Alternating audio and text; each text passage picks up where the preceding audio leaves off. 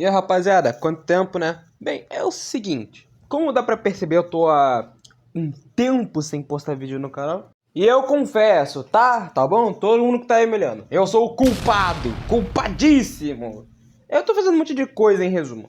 Eu não vou dar muitos detalhes, mas tô trabalhando num sistema de RPG. É isso. Tem a ver com o tema do vídeo de hoje, mas em resumo, Blue Lock. Um sistema de poder, que é o que eu vou explicar, é basicamente um conjunto de regras para explicar uma habilidade, um conjunto de habilidades dentro de uma obra. Não é só literalmente poderes mágicos, como em Hunter x Hunter, que tem um sistema para poder explicar cada coisa, tem muitas regras, isso é bom para o leitor poder entender a obra, mas tem alguns que são só habilidades mesmo especiais, como por exemplo em Demon Slayer, que as respirações não são mágicas. Em Blue Lock, o ego pode ser considerado o sistema de poder, já que é ele e os conceitos que o Izagi aprende dentro da obra é o que mede as habilidades de cada personagem. Então, bora pro vídeo. Ouçam a verdade. O que é futebol? É fazer mais gols que o seu adversário.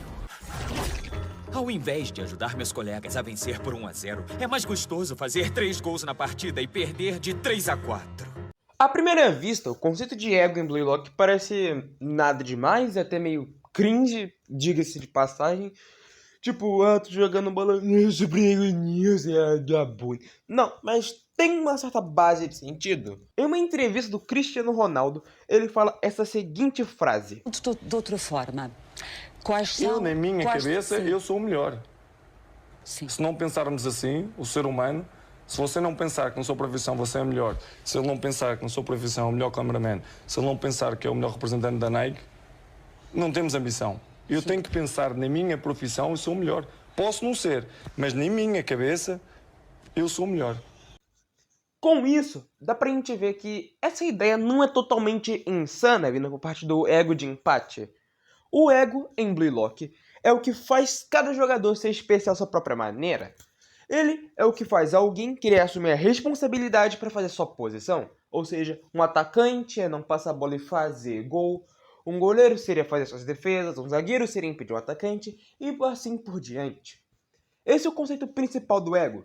É você achar que tem as capacidades e fazer tudo para poder concluir seu objetivo. Essa é a principal ideia. Eu sou um centroavante. O despertar em Blue Lock é nada mais nada menos do que um personagem conseguir fazer o que ele se propõe a fazer. É quando ele começa a ganhar confiança, a ambição de fazer algo. O primeiro despertar visto é do Izagi quando ele marca um gol no time Y. Lá ele consegue a ambição para fazer gols. Em Blue Lock, as armas são as habilidades especiais de cada personagem. São elas que permitem cada jogador fazer suas jogadas especiais. Em resumo, as armas seriam como o domínio de bola do Nagi, as habilidades do Hiragi de prever ações adversárias com base em probabilidade, a capacidade de cópia do Rel e a visão de jogo do Izagi. Isso tudo são armas, e para um personagem ser bom, ele tem que fazer com que a sua arma seja utilizada em conjunto com o seu ego para que ambos cresçam. Não adianta um personagem ter uma arma muito boa se ele simplesmente não conseguir saber usar essa arma boa. Em Blue Lock, a partir disso temos a evolução do ego. A evolução do ego nada mais do que você pegar os conceitos que você já possui e evoluí-los de pouco em pouco. A evolução é bem gradual, mas em alguns casos ela é muito direta, principalmente quando são personagens como Izagi, que as suas evoluções são bem visíveis. A primeira evolução de ego que nós podemos ver é quando o Izagi está desesperado para poder marcar um gol na partida contra o time V e quando a bola chega em seus pés, ele realmente consegue mandando um chute direto, ganhando uma nova arma e assim conseguindo marcar um gol. Isso é um exemplo de evolução de ego, é quando o personagem ganha novas habilidades. O próprio Rel também já passou por isso, a sua habilidade de cópia não era sua arma originalmente, sim que ele era um jogador completo. Sua capacidade de copiar outras jogadas veio conforme a necessidade disso. Então, cada jogador ganha uma evolução quando ele tem a necessidade de ganhar uma e quando ele consegue atingir tais requisitos.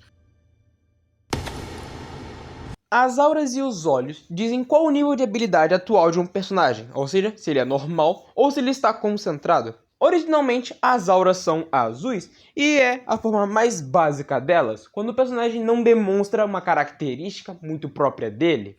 Já os olhos geralmente estão atribuídos com uma habilidade realmente efetiva e não a um nível de concentração exatamente.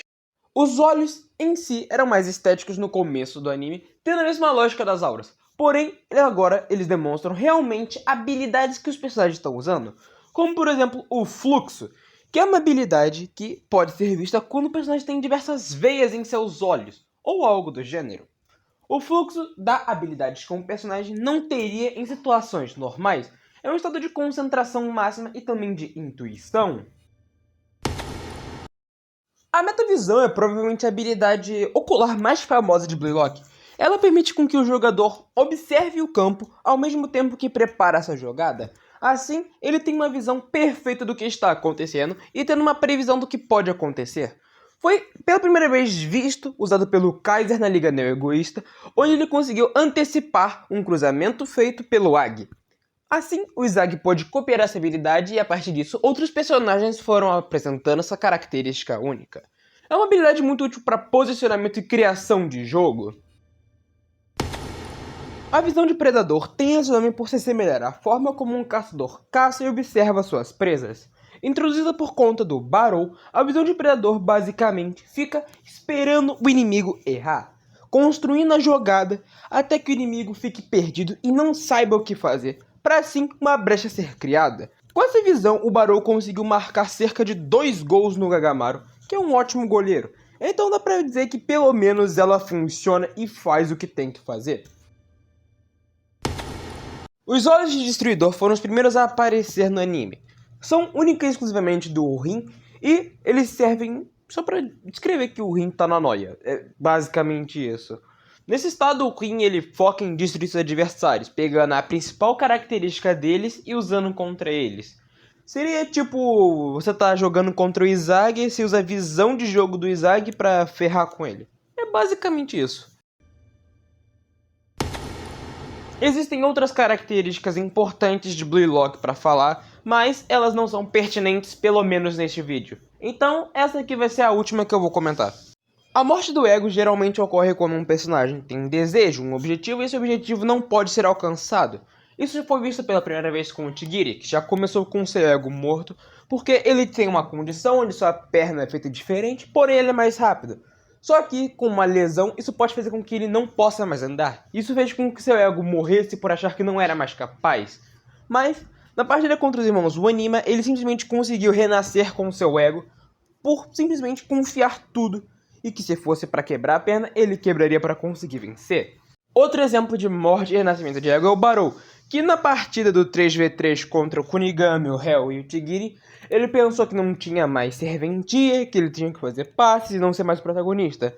Mas após decidir se tornar o vilão do cenário, ele simplesmente renasceu e teve um buff absurdo em suas habilidades para competir com os demais. Existem outros personagens que passaram por isso, como por exemplo o Yukimiya, mas em resumo é isso. Quando um personagem tem o seu ego morto e depois renascido, o personagem fica muito mais poderoso. E tem alguns que simplesmente não conseguem recuperar o seu ego a tempo. Bom, esse foi o vídeo e é o que eu tenho que explicar sobre Blaylock.